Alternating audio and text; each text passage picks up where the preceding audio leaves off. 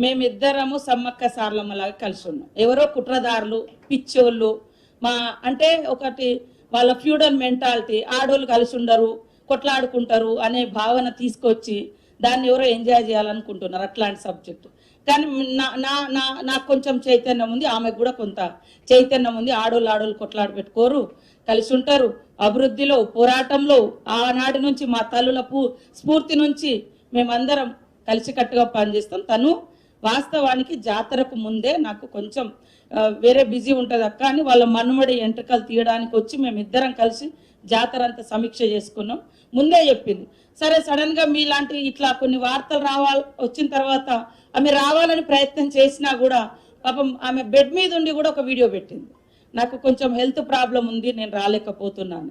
అసలు రానివ్వకపోవడం అనేది ఉండదు.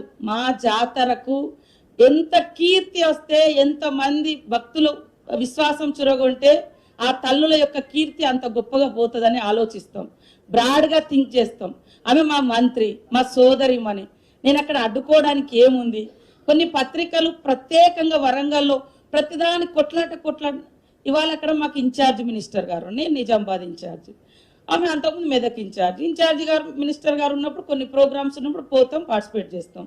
నేను నా జిల్లా ఉంది, నా నియోజకవర్గం ఉంది, నాకు ఇన్ఛార్జ్ ఉంది. అంతే తప్ప మా ఇద్దరి మధ్య మేము ఈ మధ్య కలిసి దిగిన ఫోటోలు పెట్టినా ఓర్వలేకపోతున్నారు. మేము ఏదో పని మీద ఉండి ఎటెటు పోయినా సహించలేవు. ఇట్లా ఉండకండి, ఆడవాళ్ళని కొద్దిగా కలవనియండి, ఎదగనియండి, బతకనియండి. ఒక దిక్కు ఆడబిడ్డల మీద కుట్రలు జరుగుతున్నాయి కుటుంబాలలోనే.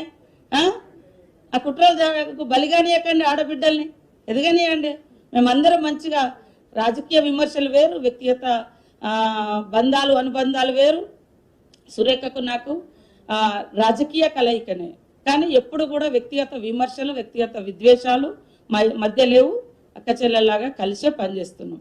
కాబట్టి దయచేసి ఆడోళ్ళ మీద కొంచెం ఏదైనా లోటుపాట్లున్నా ముందుకు పోయేటట్టుగా మీ ఇంటోళ్ళను, మీ చెల్లెలను, మీ భార్యలను, మమ్మల్ని అందరిని ఎంకరేజ్ చేయండి.